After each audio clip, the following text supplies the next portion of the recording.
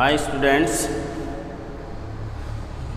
जैसा कि हम पिछली क्लास में जो पढ़ चुके हैं वो था अम्ल और क्षार के बारे में। उसके बाद में पीएच, जो हमारा पीएच स्केल था वो कंप्लीट हो चुका था। आज हम पढ़ने वाले हैं पीएच का दैनिक जीवन में उपयोग। पीएच का दैनिक जीवन में उपयोग। कौन सा योग? उपयोग। तो पीएच जो है उसको हम दैनिक जीवन में किस तरीके से उपयोग में ले सकते हैं उसके बारे में देखते हैं। तो सबसे पहले अगर हम बात करते हैं, पहला पॉइंट उदरगुहा की बात करते हैं। किसकी?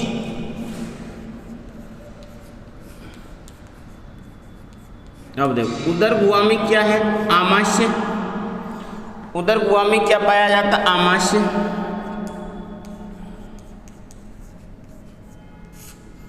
और आमाशय जो है उसमें एक रस का स्त्रावण किया जाता है जिसको बोलते हैं गैस्ट्रिक जूस। क्या कहा जाता है? गैस्ट्रिक रस या आमाशय रस, जिसको बोलते हैं गैस्ट्रिक जूस। और इस गैस्ट्रिक जूस जो है इसमें एक अम्ल पाया जाता है जो होता है HCl। क्या पाया जाता है? HCl। तो और ये HCl क्या काम करेगा? ये एक तो प्रोटीन एंजाइम, प्रोटीन पाचक एंजाइम जो होते हैं पेप्सिन और रेनिन जो होता है उनको सक्रिय करने का काम करता है।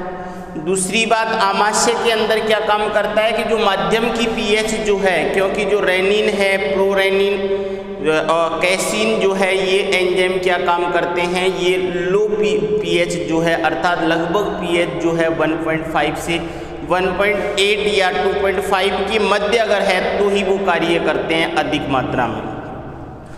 तो अब क्या होता है, अगर गैस्ट्रिक जूस नियंत्रित कंडीशन में अगर बन रहा है तब तो सही है, परंतु ये अगर अधिक मात्रा में बनता है, क्या बनेगा? अधिक मात्रा में क्या हो जाएगा? बनता है। अब ये अधिक मात्रा में बनेगा तो HCl, तो माध्यम की पीएच भी क्या हो जाएगी? माध्यम की पीएच जो है वो भी और कम हो जाएगी, और इसके कारण हमारे उदर में दर्द और जलन अनुभव होगी। दर्द व जलन का जलन होगी। अब बताओ, दर्द या जलन होगी तो जलन के साथ यहाँ पर कभी कभी क्या उत्पन्न हो जाता है? घाव भी उत्पन्न हो जाता है, क्योंकि अगर अधिक मात्रा में एसिडिटी, और इस कंडीशन जो है अधिक मात्रा में जो ये बनता है, इसी कंडीशन को क्या कहा जाता है? एसिडिटी। क्या कहा जाता है? एसिडिटी कहा जाता है। यही कंडीशन क्या है? एसिडिटी या अम्लता जिसको बोला जाता है, जिसके कारण गैस्ट्रिक जूस है अधिक मात्रा में प्रोडक्शन होगा। अधिक मात्रा में प्रोडक्शन होगा तो माध्यम की पीएच और कम हो जाएगी, जिसके कारण क्या होगा कि हमारे आमाशय के अंदर दर्द और जलन का क्या होता है? हमको अनुभव होगा। और कभी कभी अधिक मात्रा में बनने के कारण आमाशय के अंदर क्या उत्पन्न हो जाते हैं? घाव उत्पन्न हो जाते हैं, जिसके कारण और अधिक मात्रा में क्या होता है? दर्द होता है। तो इस अधिक मात्रा को संतुलित करने के लिए क्या दिया जाता है? तो इसको एंटासिड का प्रयोग किया जाता है। एंटासिड द्वारा एसिडिटी को रोका जाता है। तो एंटासिड जो है वो कौन सी कंडीशन में होंगे? क्षार होंगे। तो एंटासिड जो है यहाँ पर कौन कौन से हो सकते हैं? एंटासिड जैसे मिल्क ऑफ मैग्नीशिया, MgOH का ऑल्टवाइज, ये हो सकता है। एल्यूमिनियम हाइड्रोक्साइड हो सकता है। खाने का soda sodium hydroxide, sodium bicarbonate, NaCO3। तो इन सभी का उपयोग किसके रूप में किया जा सकता है? एंटासिड के रूप में किया जा सकता है, जिसके कारण अम्लता को दूर किया, अम्लता को क्या किया जा सकता है? दूर किया जा सकता है। तो एंटासिड जो है वो क्या होते हैं कि एंटासिड जो है एसिडिटी हमारे उदर में जब हो जाती है तो उस एसिडिटी को कम करने के लिए जो मेडिसिन ली जाती है या जो लिया जाता है वो क्या होगा? क्षार, क्योंकि एसिड को कंट्रोल कौन करेगा? बैलेंस क्षार करेगा। और जो क्षार लिया जाता है उसको क्या कहा जाएगा? एंटासिड कहा जाएगा। और उस एंटासिड के रूप में कौन उपयोग किया जा सकते हैं? Aluminium hydroxide, magnesium hydroxide, sodium bicarbonate, इनका उपयोग किया जा सकता है। तो ये तो किसकी बात हो गई? उदर की बात हो गई। तो इसमें पीएच है या नहीं है? तो उदर के अंदर उदर गुहा जो है उसके अंदर क्या होगा कि आमाशय जो होता है उस आमाशय में गैस्ट्रिक जूस का क्या होता है? प्रोडक्शन होता है। और प्रोडक्शन होगा तो ये गैस्ट्रिक जूस में क्या क्या हो? एंजाइम भी पाए जाते हैं। पेप्सिनोजन एंजाइम है, रेनिन एंजाइम है, HCl है ना। तो इन सभी के द्वारा क्या किया जाता है? आमाशय के अंदर भोजन की क्या की जाती है? पिसाई की जाती है। परंतु कभी कभार क्या होता है कि आमाशय के अंदर गैस्ट्रिक जूस का प्रोडक्शन बहुत अधिक मात्रा में होता है, जिसके कारण आमाशय में क्या हो जाती है? एसिडिटी। और इसी एसिडिटी के कारण कभी कभी आमाशय में घाव भी उत्पन्न हो जाते हैं। दूसरी अगर बात करते हैं मुख गुहा की, दूसरा क्या है? मुख गुहा, बक्कल कैविटी। अगर मुख गुहा की बात करते हैं तो मुख गुहा में क्या पाए जाते हैं? लार। मुख गुहा में क्या है? लार। जब हमने भोजन किया, अब लार मुख गुहा में क्या क्या चीज़ें? दांत है, लार है, जीभ है। तो अपन तो यहाँ पर लार की बात करते हैं। तो यह बोल सकते हैं अपन मुख गुहा का पीएच कितना होता है? नॉर्मली मुख गुहा का जो पीएच होता है लगभग 6.5 से 6.8 के मध्य होगा। ये मुख गुहा का पीएच होता है, अर्थात इसको बोल सकते हैं अपन हल्का अम्लीय। हल्का अम्लीय। तो मुख गुहा का पीएच कैसा होता है? हल्का अम्लीय होता है। अब क्या किया हमने? भोजन खाया। भोजन करने के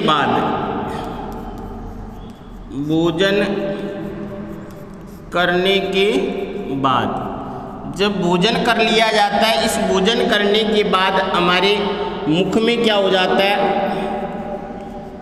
मुख गुहा में कुछ भोजन के अणु चिपके रह जाते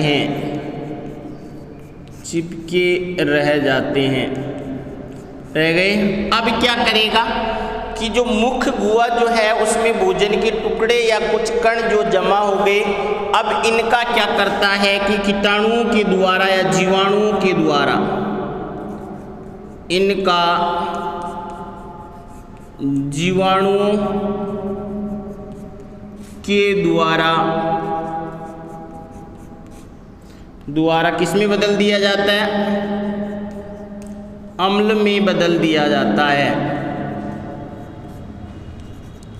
अब बताओ, अम्ल में बदल दिया जाता है तो जैसे अम्ल में बदल जाता है, अब क्या होगा? मुख गुहा की पीएच कम हो जाएगी, नहीं हो जाएगी? जिसके कारण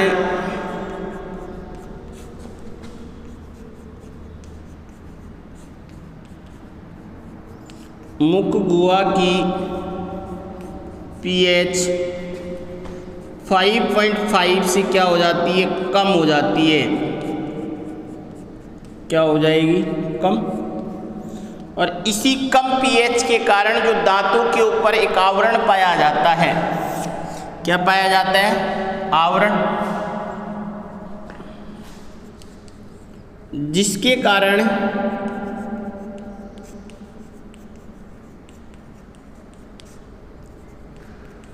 दांतों पर पाया जाने वाला आवरण कौन सा? इनेमल। इनेमल क्या हो जाएगा, धीरे धीरे अटने लगता है। और जैसे अटने लगेगा तो दांतों में क्या होगी, जैसे अपन ठंडा पानी या गर्म पानी पीते हैं तो झंझनाहट का क्या होता है, हमें अनुभव होता है।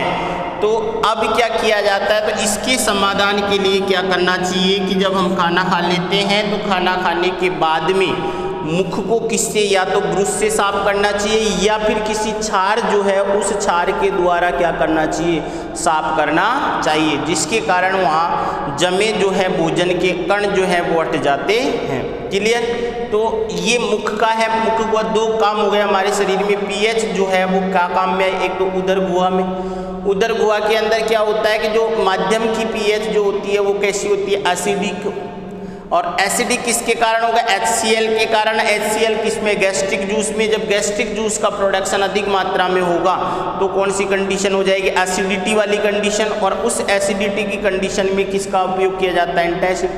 मुख गुहा में क्या होगा कि मुख गुहा की नॉर्मल पीएच जो होती है वो कितनी होती है, क्योंकि वो लार की पीएच के ऊपर डिपेंड करता है। और लार की पीएच जो होती है वो होती है लगभग 6.8। तो मुख गुहा की पीएच क्या होगी, ये जब हमने भोजन किया, भोजन करने के बाद में कुछ भोजन के अणु जो है मुख गुहा में चिपके हुए रह जाते हैं। अब काम कौन करेंगे, बैक्टीरिया। और बैक्टीरिया क्या करते हैं, भोजन के अणुओं का जैसे ऑक्सीडेशन कर देते हैं किसकी उपस्थिति में, ऑक्सीजन की अनुपस्थिति में, तो उस किस में बदल देते हैं, अम्ल में बदल देते हैं। और उस अम्ल के कारण मुख गुहा की पीएच का मान क्या हो जाता है, और कम हो जाता है। और उस और कम पीएच के कारण दांतों के ऊपर जमा हुआ जो कठोर आवरण जो है, इनेमल जो है धीरे धीरे क्या होता है, हटने लगता है। और जैसे इनेमल हटने लगेगा अब क्या होगा, हमें दांतों में दर्द का अनुभव होगा। तो इनेमल को बचाने के लिए हमें क्या करना पड़ेगा कि जो भोजन करते हैं उसके बाद में दांतों को साफ करना जरूरी होता है। क्लियर। तीसरी अगर अपन बात करते हैं यहाँ पर, तो उदर गुहा के बाद में तो मुख गुहा हो गया अपना। मुख गुहा के बाद में ये पीएच का तो सारे हमारी पूरी बॉडी के अंदर ही रोल होता है, क्योंकि छोटी आंत में भी पीएच का रोल है। क्योंकि छोटी आंत में जो होती है वो कौन सी पीएच होती है, क्षारीय पीएच होती है। और क्षारीय पीएच जो होती है उसी क्षारीय पीएच पर कौन काम करते हैं, जो छोटी आंत के जो एंजाइम होते हैं वो सारे एंजाइम जो है वो किस पर काम करते हैं, किसे के क्षारीय पीएच पर काम करते हैं। तो पीएच जो है वो तो सब जगह ही बड़ा रोल होता है किसका, पीएच का। अब देखो अम्ल, अपन वर्षाम्ल की बात करते हैं। तीसरा पॉइंट देखते हैं, एसिडिक रेंज जिसको बोल सकते हैं अपन, अम्लीय वर्षा। क्या कहा जाता है, अम्लीय वर्षा जो है क्या होगा, अम्लीय वर्षा में, अम्लीय वर्षा में क्या होगा कि अब देखो जो वर्षा का जो जल है वो क्या होगा, शुद्ध होता है। परंतु वायुमंडल में अगर क्या होता है, अशुद्धियों के कारण, ये क्या है देखो,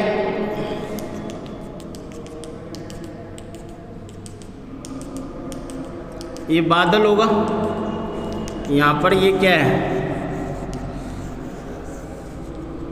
ये तो क्या है बादल, और ये क्या है वर्षा जल। और ये वर्षा जल जैसे ही वायुमंडल में क्या करता है, एंट्री करता है।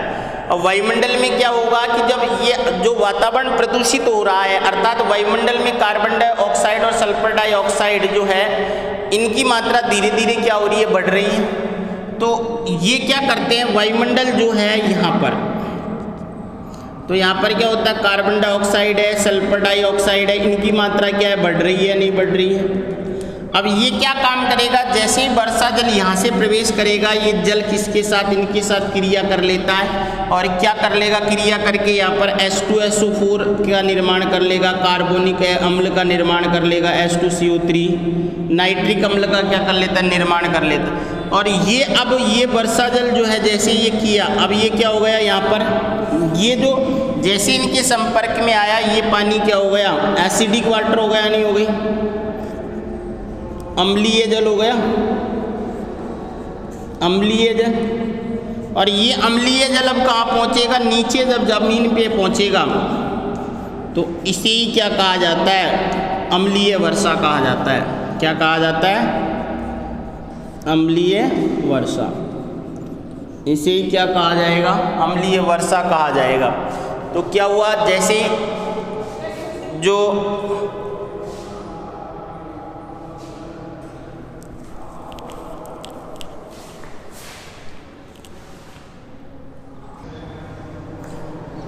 तो जब बादलों से पानी आया, पानी वर्षा जल के रूप में आया, और ये वर्षा जल जो होता है ये क्या होगा, शुद्ध जल होता है। ये कैसा होगा, शुद्ध जल। परंतु जैसे ये शुद्ध जल वायुमंडल में उपस्थित कार्बन डाइऑक्साइड, सल्फर डाइऑक्साइड है ना, इनके साथ क्रिया करता है, क्रिया करके ये क्या कर देता है, अम्लों का क्या कर लेगा, निर्माण कर लेगा। और अम्ल जैसे निर्मित हो जाते हैं, तो जब अम्ल वर्षा जल के साथ कहाँ पहुँचता है, भूमंडल पर पहुंचता है, भूमि पर पहुंचता है, तो उसे क्या कहा जाता है, अम्लीय वर्षा कहा जाता है। और ये अम्लीय वर्षा क्या होगा, बहकर कहाँ जाएगा, नदियों में। ये कहा जाएगा नदियों के द्वारा। ये तो भूमि पर पहुंच गया, क्योंकि भूमि पर पहुंचते ये भूमि की पीएच को भी क्या कर देगा, चेंज कर देगा। और दूसरी बात, ये नदियों के माध्यम से कहाँ पहुँचेगा, नदियों में। और नदियों में जो जीव जंतु हैं, उन जीव जंतुओं को भी क्या करेगा, ये प्रभावित करेगा, नहीं करेगा, क्योंकि नदियों का जो जीव जंतु होते हैं वो कैसे होते हैं, शुद्ध जल में जीने वाले। अर्थात जो वहाँ की पीएच जो होगी वो लगभग क्या होती है, लगभग 7 के आसपास होगी। थोड़ी या तो अम्लीय हो सकता है या थोड़ी क्षारीय हो सकता है। परंतु जैसे ही ये वर्षा जल नदियों के जल के संपर्क में आता है, तो वहाँ की पीएच कम हो जाती है, और उस पीएच पर क्या हो जाते हैं, जीव जंतु जो है वो क्या हो जाएंगे, मर जाएंगे। और ये जल कहाँ पहुँच जाएगा, अब समुद्र के अंदर। तो समुद्र की भी किसको प्रभावित करेगा, जीव जंतुओं को प्रभावित करेगा, नहीं करेगा। तो अम्लीय वर्षा जो है, अब इसको कहाँ से कंट्रोल होगा, ये यहाँ से कंट्रोल होगा। अगर वायुमंडल में इनकी मात्रा को कम कर दिया जाए तो ही अम्लीय वर्षा को रोका जा सकता है।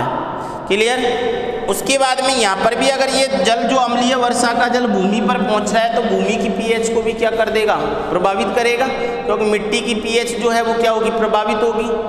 तो इस कंडीशन में अगर मिट्टी की पीएच को, तो हम क्या करते हैं कि मिट्टी की पीएच जो है उसका पता लगाकर उसके अनुकूल जो फसल है उसको बोए जा सकता है। अर्थात उनमें अनुकूलता के आधार पर कि इसमें अम्ल ज़्यादा है, उस आधार पर कौन से उर्वरक का उपयोग करेंगे वो भी डिसाइड कर सकते हैं, कौन सी फसल बोनी चाहिए ये भी डिसाइड अपन कर सकते हैं। किसके आधार पर, ये पीएच के आधार पर। तो अगर अपन को पीएच का पता है तो अपन फसल का भी डिसीजन कर सकते हैं। क्लियर। चौथी अगर अपन बात करते हैं यहाँ पर, जो मधुमक्खी है या कीटों के डंक जो हैं, कीटों के डंक। अब जैसे कीट डंक मारता है, मान लो कोई कीट है, मधुमक्खी मान लो, मधुमक्खी ने मेरे को काटा, जैसे मेरे को काटता है तो यहाँ से एक अम्ल का स्त्रावण होता है। डंक में क्या होगा, अम्ल होगा, और अम्ल भी कौन सा होगा, फॉर्मिक अम्ल होगा। यहाँ पर कौन सा अम्ल होगा, फॉर्मिक अम्ल, फॉर्मिक अम्ल। तो चींटी जैसे खाती है तो खाते हमारे क्या लग जाती है, जलन लग जाती है। मधुमक्खी ने मेरे को काटा, काटते ही क्या होती है, जलन का अनुभव होता है। क्यों, क्योंकि हमारी बॉडी के संपर्क में कौन आ गया, अम्ल आ गया। तो कीटों के डंक जो होता है, उस कीटों के डंक में भी क्या पाया जाता है, अम्ल पाया जाता है। जैसे ही काटता है, काटते ही मेरे को पता है कि इसने अम्ल मेरे अंदर प्रवेश करवा दिया। अब मैं बताओ इसके ऊपर क्षार लगा लूँगा तो मेरे को आराम मिलेगा, नहीं मिलेगा, मिलेगा। तो ये जो है, तो यहाँ पर अम्ल के कारण क्या होगी, जलन होगी, जलन होगी। तो इस जलन को कम करने के लिए यहाँ पर किसका प्रयोग किया जाएगा, जलन को कम करने के लिए किसका प्रयोग करेंगे, क्षार का प्रयोग किया जाता है। क्षार का, जिसमें NaHCO3 है, का क्या करेंगे, प्रयोग किया जाता है, प्रयोग किया जाता है। तो अपन अगर अपन को पता है कि इसमें क्षार है या अम्ल है, तो उस आधार पर भी हम क्या कर सकते हैं, जलन को कम कर सकते हैं। क्लियर। तो ये था दैनिक जीवन में पीएच जो है, और भी उपयोग है दैनिक जीवन में पीएच के, परंतु ये मुख्य क्या है पीएच के उपयोग हैं। क्लियर। नेक्स्ट जो है वो अपन पढ़ेंगे कुछ लवण जो है उनके उपयोग, दैनिक जीवन में काम आने वाले कुछ रासायनिक यौगिक हैं, उन रासायनिक यौगिकों के क्या पढ़ेंगे उपयोग पढ़ेंगे। क्लियर।